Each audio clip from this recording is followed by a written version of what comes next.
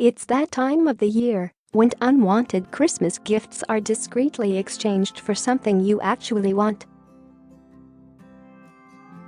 But now grandchildren, nephews and nieces planning to take back eyesore clothes without hurting anyone's feelings must beware, for new data rules mean that retailers may be obliged to inform the original buyer. The regulations apply to purchases made online. Internet retailer Boden has even advised people who wish to return items to tell the buyer in advance to avoid giving them a nasty surprise. When the fashion firm was contacted by a father who wanted to return a child's coat, Boden said the buyer would have to be told of a transaction on their account due to data protection regulations. A customer service worker added, "You may, therefore, want to let them know that you are returning it in advance.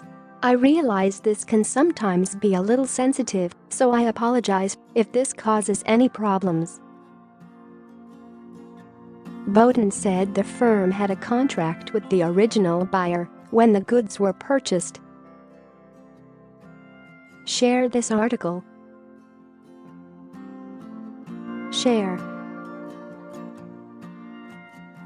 It added, if the recipient wishes to exchange the items or obtain a refund, we are obliged to inform the original buyer of any changes to our records, and any refund would need to be given to the original buyer. This is for various legal and fraud prevention reasons. A new Data Protection Act was passed last year in response to the EU-wide General Data Protection Regulation, which demanded tougher rules among member nations to protect personal data. One consequence appears to be a degree of confusion. The Mail on Sunday asked 30 retailers about returning unwanted gifts bought over the internet. 11 said they would have to inform the purchaser.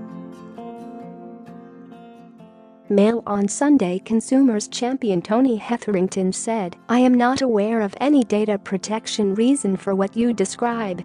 Data protection is about privacy, but this seems the opposite of privacy."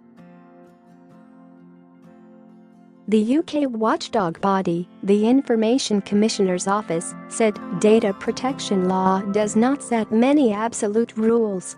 Whether and how organizations comply depends on exactly why and how they use the data, and there is often more than one way to comply.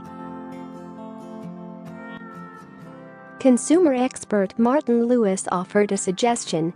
He said, "I can understand why companies are citing data protection, although it does seem to be a little over the top.